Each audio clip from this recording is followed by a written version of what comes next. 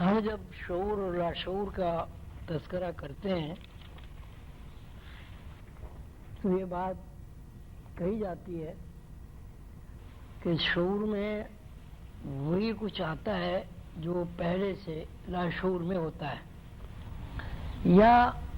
لاشعور جو کچھ شعور میں داخل کر دیتا ہے وہ باتیں شعور میں آ جاتی ہیں۔ ایسی ایک بھی مثال نہیں ہے کہ کسی کام کے لیے پہلے خیال نہ آیا ہو اور خیال آئے بغیر کوئی چیز مسل بن گئی ہو۔ یہاں پوری زندگی اس قانون پر رواں دوا ہے کہ پہلے ہمیں کوئی اطلاع ملتی ہے اور اس اطلاع کے نتیجے میں ہم اس چیز کو دیکھتے ہیں، یا پہلے ہمیں اطلاع ملتی ہے اور اس اطلاع میں ہم جو معنی پہناتے ہیں اس میں بھونڈا پن ہو سکتا ہے، بدصورتی ہو سکتی ہے، یا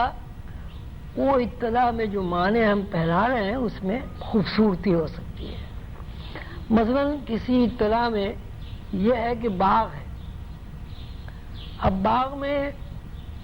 پھول ہیں، درخت ہیں، قسم قسم کے پودے ہیں، تو جب ہم اس اطلاع کو ہرے بھرے باغ سے متعلق کر دیں گے تو ہمارے اندر جو باغ کا تصور ابھرے گا وہ خوبصورتی پر مشتمل ہوگا۔ لیکن اگر ہم جب باغ کی اطلاع میں یہ معنی پہنائیں گے کہ باغ کوئی اجاڑ چیز ہوتی ہے، باغ کا مطلب یہ ہے کہ وہاں چیل کوبے درختوں پر بیٹھے ہوں گے، باغ کا یہ مطلب ہے کہ وہاں نہ روشیں ہوں گی، نہ اس میں پھولوں کے تختے ہوں گے، نہ وہاں سرسبز و شادابی ہوگی، نہ وہاں فوارے ہوں گے، اور نہ وہاں ہرے بھرے درخت ہوں گے۔ تو اس کا مطلب ہے اس باغ کی جو معنویت ہے اس میں بدصورتی اور بھونڈا پن ہم نے اپنے ارادے اختیار سے معنی بنا کر پیدا کر دیے ہیں۔ بات اتنی سی ہے کہ کوئی بھی مظہر اس وقت تک آنکھوں کے سامنے نہیں آتا جب تک کہ اس مظہر کے بارے میں پہلے سے کوئی اطلاع ہمارے ذہن میں داخل نہ ہو جائے۔ اب یہ اطلاعات جہاں سے آ رہی ہیں اس کو عرف عام میں لاشعور کہا جاتا ہے، کہ لاشعور سے کچھ اطلاعات ہمیں مل رہی ہیں، ہم وہ اطلاعات میں معنی پہناتے ہیں اور جس قسم کے معنی پہنا دیتے ہیں اسی قسم کے مناظر ہماری آنکھوں کے سامنے آ جاتے ہیں۔ تو اطلاع جہاں سے بھی آ رہی ہے، چونکہ ہماری نظر اس کو نہیں دیکھ رہی ہے، اس لیے ہم یہ کہتے ہیں کہ اطلاع ہمیں جہاں سے بھی مل رہی ہے وہ پردے کے پیچھے کوئی مقام ہے، کوئی ایجنسی ہے، یا جو بھی کچھ ہے وہ پردے کے پیچھے یعنی غیب میں ہے۔ اب اس کا مطلب یہ ہوا کہ ہماری جو اطلاعات ہیں، یہ اطلاعات میں جو معنی پہنانے کا عمل دخل ہے وہ دو صورتوں میں کار فرما ہے۔ ایک صورت یہ ہے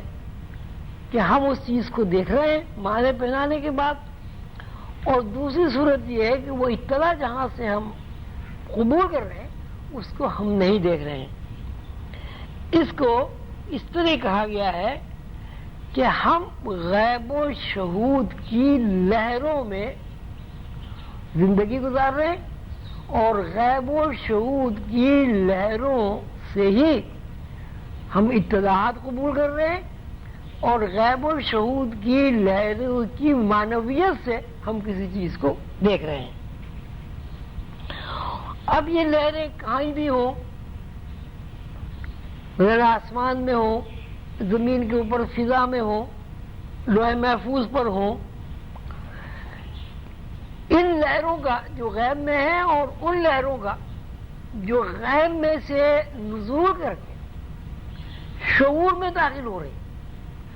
اور شعور معنویت کے ساتھ ان کو دیکھ رہا ہے،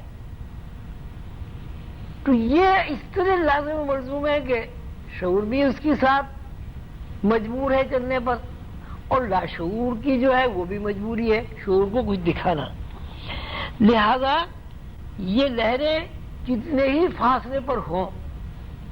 مثلا زمین پر ہوں، زمین سے باہر ہوں، پہلے آسمان پر ہوں، برزخ میں ہوں، لوح محفوظ پر ہوں، کہیں بھی ہوں، یہ دونوں لہریں ایک دوسرے کے ساتھ لازم و ملزوم ہیں. ایک دوسرے کے ساتھ اس طرح لازم و ملزوم ہے کہ جب تک یہ دونوں لہریں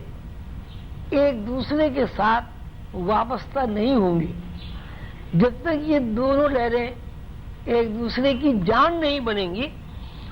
اس وقت تک ہم کسی چیز کو دیکھ نہیں سکتے. اب اس کا مطلب یہ ہوا کہ لاشعور دراصل وہ لہر ہے غیب کے اندر، جو لہر اطلاع کی صورت میں دماغ میں وارد ہوتی ہے، اور جب وہ اطلاع کی صورت میں دماغ پر وارد ہوتی ہے تو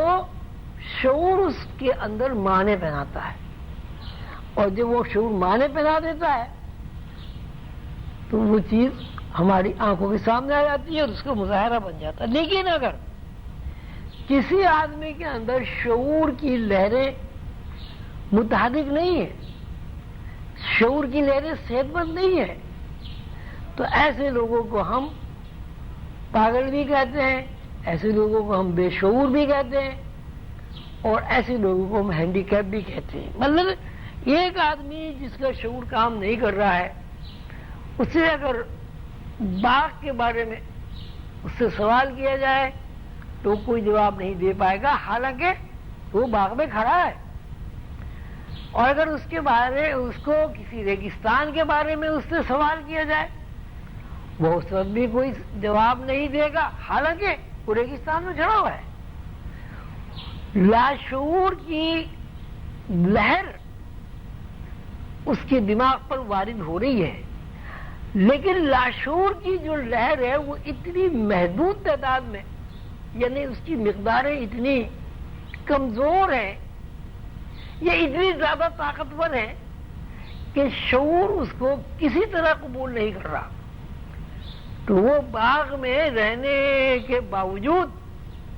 باغ کی افادیت سے محروم ہے، باغ کی خوبصورتی سے محروم ہے.